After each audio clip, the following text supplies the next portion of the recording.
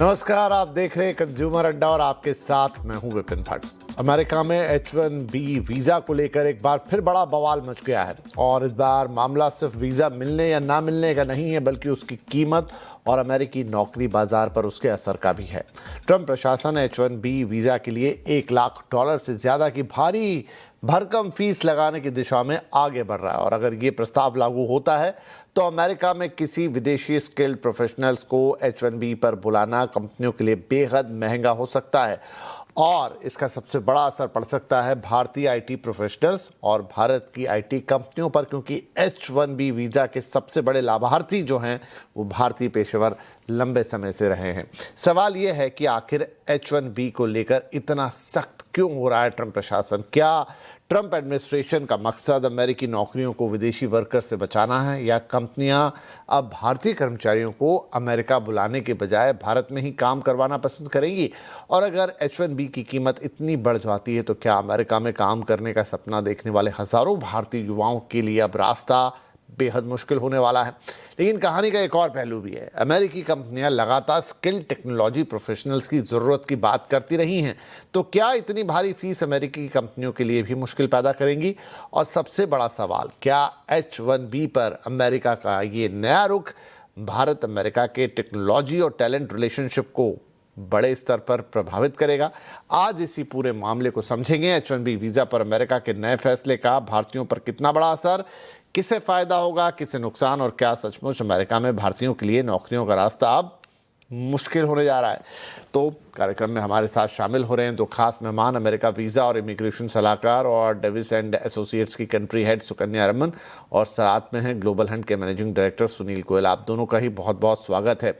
तो सुनील साहब, हमने याद है कि पिछले साल भी ट्रंप एडमिनिस्ट्रेशन ने इसी तरह का काम किया था, तब $1 लाख की वीज़ा फीस का अनाउंसमेंट हुआ था। वो $1,03,265 है, तो लगभग रकम उतनी है। पिछली बार तो जब ये आया था तो कोर्ट ने इसे नॉकडाउन कर दिया था, लेकिन अब सुन रहे हैं किसी दूसरे रास्ते से ट्रंप साहब इसे लेकर आए हैं जिसका हटना इतना आसान नहीं होगा। तो क्या माने कि अब ये H1B वीज़ा बहुत महंगा होने जा रहा है? मतलब भारतीय मुद्रा में करीब 90 लाख या 1 करोड़ के बीच इसकी कीमत हो जाएगी?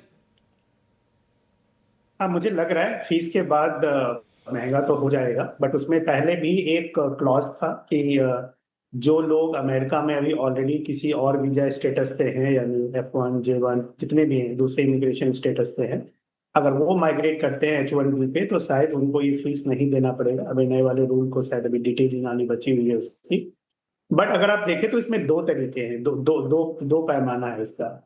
अब पहला पैमाना तो ये है कि अगर अगर जो लोग वहाँ हैं, जो पढ़ाई कर रहे हैं, अपने काफी इन्वेस्टमेंट करके गए हैं, मिडिल क्लास फैमिली हमारे यहाँ कि अपना सब कुछ दाव पे लगा के केवल बच्चों को भेजते हैं, उसका पर्पस भी ये होता है कि वहां पे उनको जॉब मिले और जॉब स्टेबिलिटी के बाद शायद वो पे बैक अपना लोन भी कर पाएंगे और कुछ ना कुछ फैमिली के लिए फॉरेन करेंसी अर्न करके शायद डिफरेंस ऑफ जो करेंसी वैल्यूएशन होती है उसको शायद मेजर कर पाए अपने यहाँ पे।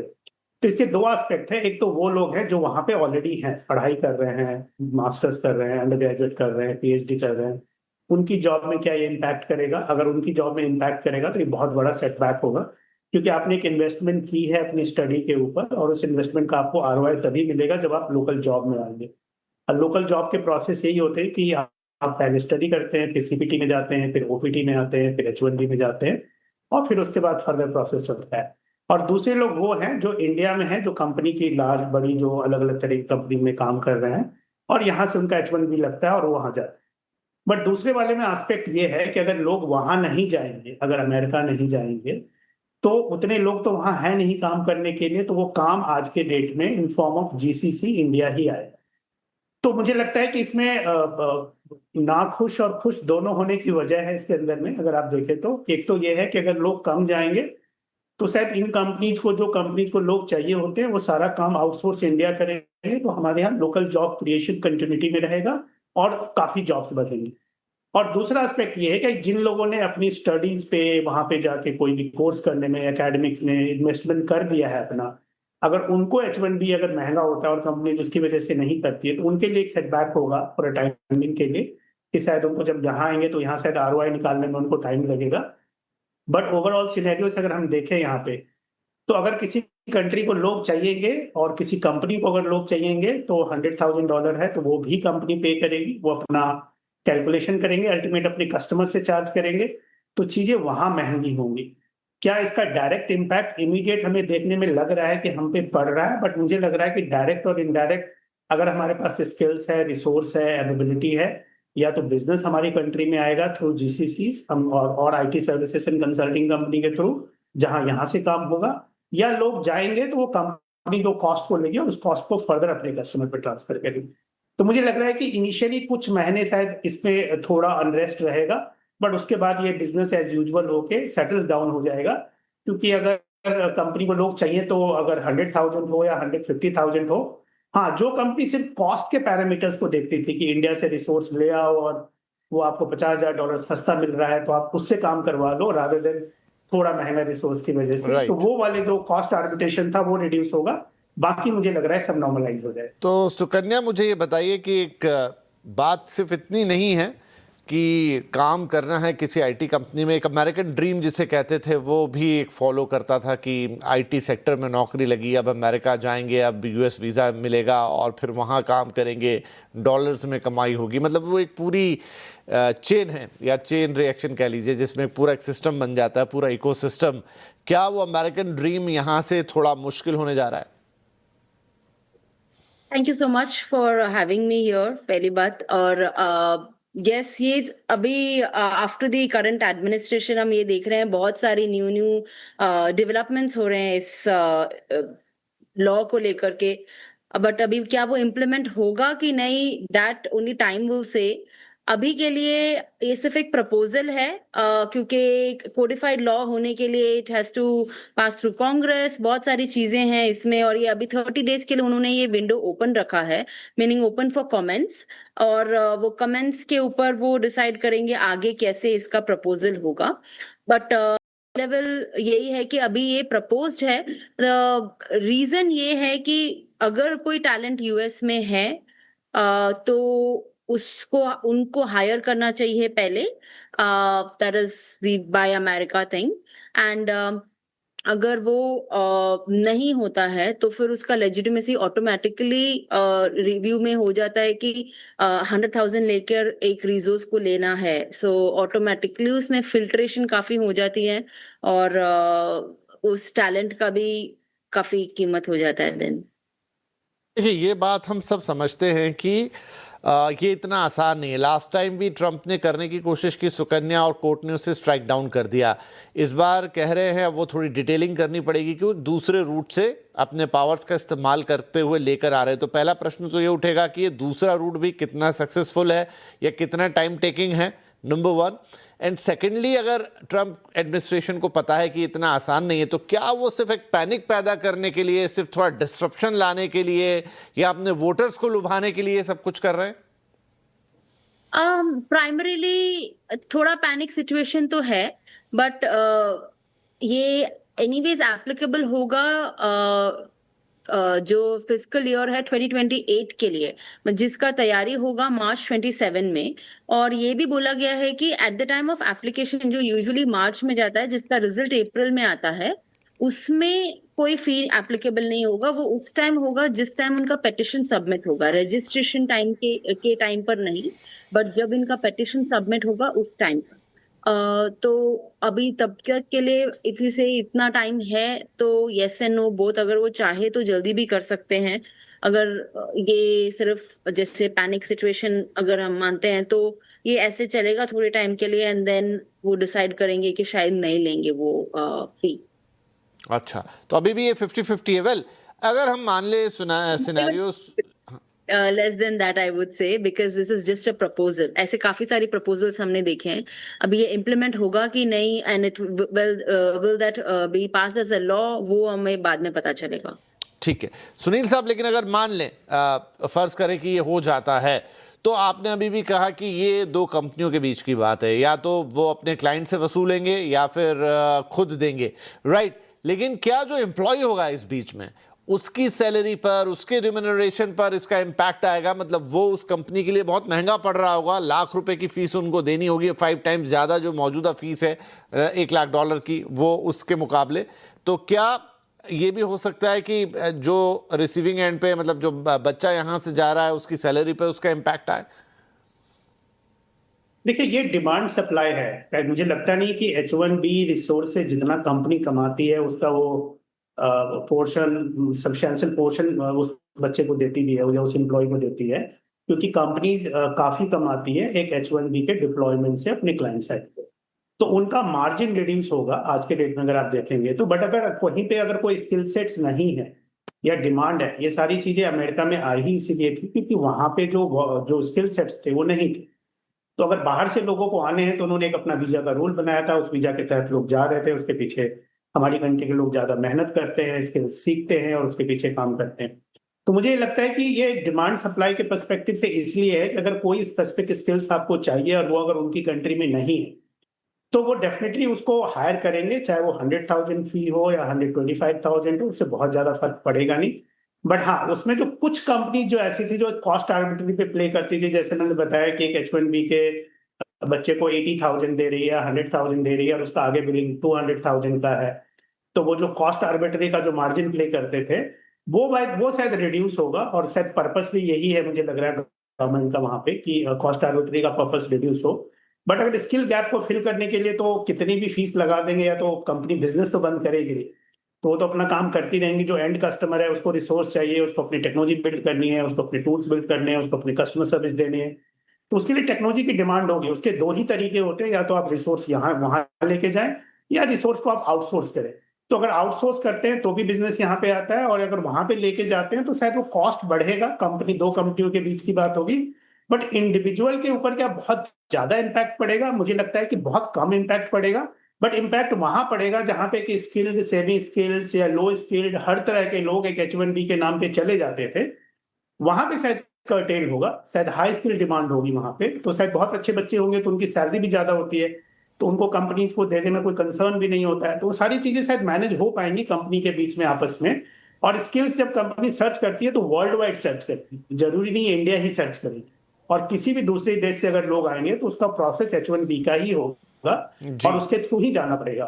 तो उस प्रोसेस से अगर आप देखें तो शायद हमारे नंबर ज्यादा है लोगों के H1B में, तो इसीलिए हमारा नाम ज्यादा आता है इंडिया और इंडियंस करके ज्यादा करके। बट अदरवाइज देखें तो ये H1B हर कंट्री पे अप्लाई होगा और हाँ, पर जितना जितना तो हम पे करेंगे। जी बिल्कुल, वो ग्राफिक्स में भी है कि ऑलमोस्ट 70% जो H1B वीज़ा है टोटल हर साल का जो कोटा रहता है उसमें ऑलमोस्ट 70% इंडियंस या इंडियन कंपनीज ही लेती है, इसलिए ये कंसर्न की बात यहाँ ज़्यादा है।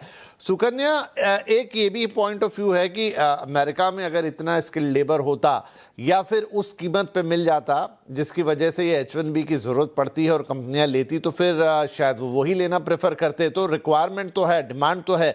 हाँ, एक बात जो गोयल साहब कह रहे हैं, क्योंकि अब हम GCCs भी देख रहे हैं कि वो आउटसोर्सिंग हो गई, अभी तक इसे इनसोर्सिंग कहते हैं, तो या इनसोर्सिंग कह लीजिए, जिस तरफ से देखेंगे उस तरफ से वर्ड डिफाइन होगा। तो क्या ये भी पॉसिबिलिटीज़ है कि अब जॉब्स तो रहेंगे लेकिन वही है कि आप इंडिया में ही बैठ के उसे सर्व कर रहे होंगे। और इसमें यह भी इंपॉर्टेंट है कि ये बात तो पहले भी हो सकती थी, फिर व्यक्ति को या फिर एम्प्लॉय को कॉस्ट लगा के वहां क्यों भेजा जाता था क्लाइंट की सर्विस के लिए? GCC का बहुत ही ज़्यादा एडवांटेज होने वाला है इंडिया में, because if you see Google, Microsoft, बहुत सारी दूसरी कंपनीज ने भी अपना प्रेजेंस इंडिया में already they have started their recruitment also, which means ये सारा आउटसोर्स होने वाला है इंडिया में मोस्ट लाइकली, और बहुत सारा फिल्टर होके लोग जाएंगे US में ऑन H1B कैटेगरी। बिकॉज अगर आप देखोगे हिस्टोरिकली तो इसमें सिर्फ 65,000 वीजास होते हैं ऑल ओवर द वर्ल्ड के लिए, and 20,000 for children who are in the US already, meaning F1 पे जो है उनके लिए होता है। सो ये जो 85,000 है, that is a small number two for a country like US। ठीक है, चलिए एक छोटा सा जी हाँ। बोलिए। हाँ, नहीं तो उसमें वो जो कॉस्ट अभी ब्रैकेट लगने वाला है, that is going to be a very expensive affair. वो शायद ही कुछ कंपनीज कर पाएंगी, और फिर only very limited skill sets के लिए ही वो अप्लाई करेंगे। राइट, जो गोयल साहब ये भी कह रहे थे कि ओनली हाई स्किल सेट और जो हायर एंड जॉब्स हैं उसी के लिए फिर वो H1B वीज़ा काम करेगा। वेल, एक छोटा ब्रेक यहाँ पर लेते हैं, लेकिन प्रस्ताव और भी हैं। ग्रेस पीरियड के ऊपर भी गाज गिरने वाली है, वो क्या होता है, और साथ में जो जनरल वीज़ा है, मतलब जिन्हें टूरिस्ट वीज़ा है, उस पर भी उनकी नज़र है। हालांकि उसका इस चीज़ से कोई लेना देना नहीं है, लेकिन ओवरऑल जो वीज़ाज हैं, अमेरिका जाने का जो रास्ता है वो बहुत कठिन होने वाला है अगर ये सारी बातें जो ट्रंप साहब के प्रस्ताव हैं वो पास हो जाते हैं। तो एक छोटा ब्रेक के बाद ये 2-3 और इम्पॉर्टेंट पहलू हैं, उन पर भी चर्चा करेंगे।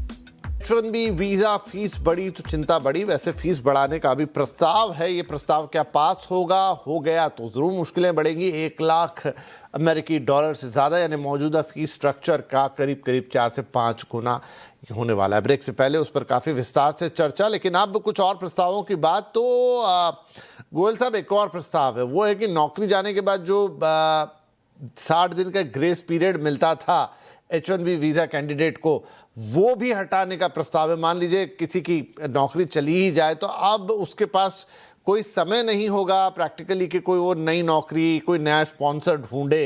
क्या ये भी चीज़ इम्पैक्ट डालेगी बड़ा? देखिए, इम्पैक्ट तो डालेगी, क्योंकि वहां पे जो 50 से 60% तक जो H1B है वो डायरेक्ट कंपनी के बजाय थ्रू कॉन्ट्रैक्टर के साथ काम करते हैं। जो वहाँ की छोटी सर्विसेज, कंसल्टिंग, स्टाफिंग कंपनीज होती हैं, उनके रोल्स पे शायद वो प्रोजेक्ट पे काम करते हैं। और उसमें बहुत सारे लोग ऐसे होते हैं जो कि कॉन्ट्रैक्ट प्रोजेक्ट करते हैं, 6 महीने का, 1 साल का, 2 साल का, 2.5 साल का। और उस हर प्रोजेक्ट से एक प्रोजेक्ट के दूसरे प्रोजेक्ट के ट्रांजिशन में टाइम होता है। मतलब बहुत रेयर सिचुएशन होती है। अगर आप फुल टाइम जॉब में है और continuity with the one company है तब तो बात अलग है। अदरवाइज अगर आप प्रोजेक्ट बेस्ड काम करते हैं तो प्रोजेक्ट ट्रांजिशंस में उतना टाइम मिनिमम रिक्वायर्ड होता है, 30 डेज टू 60 डेज। अगर आप एक प्रोजेक्ट के बेंच पे जाएंगे, फिर दूसरा प्रोजेक्ट लेंगे, उस पर काम करेंगे, तो मुझे लग रहा है अगर वो टाइम लाइन अगर रिड्यूस होता है तो 30 डेज और 15 डेज और 0 पीरियड, कि किसी की जॉब गई तो आपको वापस जाना पड़ेगा, आप फिर से वहां सप्लाई कीजिए और कोई दूसरी जॉब मिलती तो आएंगे। तो वो भी एक बहुत बड़ा पोर्शन होगा। मुझे लग रहा है कई हजार लोग होंगे जो शायद उसकी अगर वो प्रस्ताव आता है तो उसकी वजह से शायद उनको वापस आना पड़ जाए, और फिर वो शायद राइट समय का वेट करें कि जब वो शायद दूसरी जॉब उनकी लगे, ऑफर लेटर आए, तो फिर जाके वो, क्योंकि वैलिडिटी ऑफ H1B तो रहेगी उनकी, बट ये है कि जॉब नहीं है तो उनको वापस आना पड़ सकता है। तो इसमें ये रीजन है कि आपकी वैलिडिटी होने के बाद भी आपके पास H1 वीजा है, H1 वीजा की वैलिडिटी है, बट उसके बाद भी अगर आप वापस आ गए, अब या किसी पेरेंट कंपनी के लिए वहां काम कर रहे हैं, आपका प्रोजेक्ट चला गया, आपका क्लाइंट का प्रोजेक्ट चला गया, तो वापस आने के बाद भी जब तक दूसरा क्लाइंट नहीं मिलेगा, आपको री एंट्री करनी पड़ेगी उसके अंदर। तो शायद गवर्नमेंट वहां पे अपने तरीके अपना रही है जिससे कि लोकल लोगों को प्रमोट कर सके, या जो एक परसेप्शन है कि भाई बाहर के लोग या इंडिया के लोग या जहाँ के भी लोग आके बहुत सारी जॉब ले चुके हैं, जिससे कि अमेरिकन की जॉब लोकल लोगों की जॉब से इम्पैक्ट हो रही है। तो शायद वो एक्सपेरिमेंट होगा, बट जैसे ही स्किल क्राइसिस या रिसोर्स शॉर्टेज जो आएगा, मुझे लग रहा है ये सब बैक टू नॉर्मलाइज हो जाएगा उसके बाद, और इसमें काफी सारा स्पेस अपने आप आ जाएगा, जहाँ पे कि अगर आप कोई भी। जी सुकन्या, तो कितना आपने वैसे एक हल्का सा आइडिया हमें दिया था कि अभी अगर सब कुछ होता भी है, मान भी लें ऐसे हो जाता है, तो 2028 में ये जाके इम्प्लीमेंट होगा, राइट? करेक्ट, हो सकता है। अगर इम्प्लीमेंट उन्हें करना है तो वो फ्यूचर में ही होगा, इमीडिएट नहीं होगा। अच्छा, ओवरऑल पूरा वीज़ा प्रोसेस, जैसे मैंने कहा H1B वीज़ा हो गया, फिर ग्रेस पीरियड हो गया, और जो दूसरा नॉर्मल इवन विजिट वीज़ा, या जिसे हम कहें कि एक टूरिज्म वीज़ा होता है, उसके लिए भी कह रहे हैं कि अब 2 साल तक तो ओवरऑल अमेरिका की तरफ देखना ही, आई थिंक वो चाह रहे हैं कि थोड़ा मुश्किल कर लो। वो ऐसे हो रहा है काफी टाइम से, दिस इज नॉट न्यू। काफी टाइम से लोगों को 1-2 साल का वेटिंग है।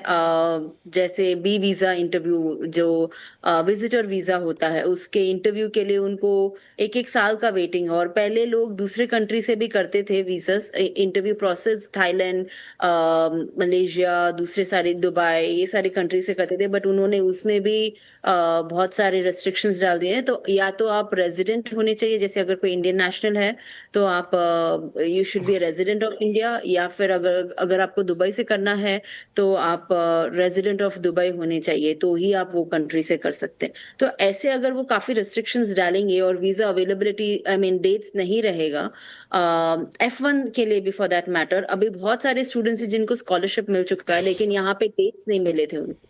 तो उनको ये इनटेक में जाने का अपॉर्चुनिटी नहीं मिला, वो जाएंगे नेक्स्ट इनटेक में बिकॉज उनके पास सब कुछ रेडी था एक्सेप्ट फॉर यहाँ पे वीजा स्टैंपिंग पॉसिबल नहीं हो पाया, तो इसलिए उनको वो ऑप्शन अपॉर्चुनिटी नहीं मिला। तो ये बहुत सारे इन अ वे यूएस में इम्पैक्ट कर रहा है जहाँ पे एंट्री एंट्री काफी टफ कर रहे हैं, काफी फिल्ट्रेशन है और काफी लोगों को ये भी हम सजेस्ट करते हैं कि आपका सोशल मीडिया प्रोफाइल भी बिल्कुल ओपन रखिए और you know like very neutral, कुछ भी not in favor of US or well that's also not true but in a way where it is not jeopardizing your own visa। तो वो भी बहुत सारे रीजंस है जिसमें डेट मिलने के बाद ये रीजन से वो लोग डिले कर रहे हैं। So there are multiple things here, so one has to be very very mindful before they go for the. ऐसा लगता है जैसे पूरा पर्पस परेशान करने के लिए। फिर भी क्विकली सर 1 मिनट से भी शायद कम समय होगा मेरे पास, सुनील जी, जो तमाम स्टूडेंट्स हैं या आईटी प्रोफेशनल्स हैं जो कि ये माइंड में रखते थे कि अब मैं अमेरिका जाने का मुझे मौका मिले, क्या उनको थोड़ा अपना अप्रोच स्ट्रेटजी ये थोड़ा बदलना पड़ेगा, बदलना चाहिए? मुझे लगता है बदलना चाहिए क्योंकि आप जहाँ रह रहे हैं और हमारे यहाँ जो ब्रेन ड्रेन हो रहा था, मुझे तो लग रहा है कई बार ब्लेसिंग्स इन डिस्गाइज है। तो हमारे कंट्री में लोग एक्सप्लोर करें, स्टार्टअप्स ओपन करें, अपॉर्चुनिटीज करें, बहुत सारे नए नए एवेन्यूज है, वहाँ पे जाके लोग काम करें और कहीं भी रह के हम वर्ल्ड को सर्व कर सकते हैं, कहीं भी रह के हम उसको एक सपोर्ट सिस्टम बना सकते हैं। और अगर शायद वो इन्वेस्टमेंट मुझे लगता है कि अगर लोग अपने तरफ से करना शुरू करें और गवर्नमेंट का सपोर्ट है, इंडस्ट्री का सपोर्ट है, सबका सपोर्ट हो, तो शायद जितना हमारा देश बहुत तेज आगे बढ़ रहा है, तो अगले 5-7 साल में शायद आप देखेंगे, अगर आप देखें तो चाइना के परसेंटेज सिर्फ 11-12% है वहाँ का, तो शायद हम भी उसी परसेंटेज में चले जाएंगे। क्योंकि जब हमारे यहाँ इतनी सारी अपॉर्चुनिटीज होगी तो फैमिली फ्रेंड्स सबको छोड़ के इतनी क्लोज अपने चीजों को छोड़ के कोई जाना नहीं चाहेगा। तो मुझे लग रहा है कि तो इसे हमें बिल्कुल नेगेटिवली नहीं देखना चाहिए। मतलब ये सिर्फ ऐसा नहीं है कि आपके पास एक बड़ा H1B वीज़ा नंबर है तो ये बहुत ज़्यादा इनकरेजिंग अच्छी बात तो थी कि आपका एम्प्लॉयमेंट का एक ज़रिया है, एक अमेरिका में धाक भी आपकी जमती थी, लेकिन अगर वो नंबर कम हो रहा है इसका मतलब आप कोई पिछड़ गए हैं या आपके साथ ख़राब हो रहा है, ज़रूरी नहीं है। और अब तो जैसे इनसोर्सिंग, GCCs ये नए मॉडल हैं जो कि अब ज़्यादा बड़े पैमाने पर काम कर रहे हैं, तो हो सकता है भारत में रहते ही आपको सारे काम करने के मौके मिले। वेल, जैसा कहा गया हमारे दोनों एक्सपर्ट के द्वारा कि अभी ये दूर की कौड़ी है, होगा नहीं होगा, अगर हो भी गया तो 1-2 साल का वक्त लगेगा और बहुत लंबा रास्ता है इसके होने में। हो सकता है सिर्फ ये एक टैक्टिक हो थोड़ा डराने परेशान करने के लोकल पॉलिटिक्स के हिसाब से अमेरिका के, लेकिन अगर हुआ भी तो भी निराशा की कोई बात नहीं। बहुत शुक्रिया आप दोनों ही मेहमानों का इस कार्यक्रम में हमारे साथ शामिल होने के लिए और अपनी राय रखने के लिए। नमस्कार।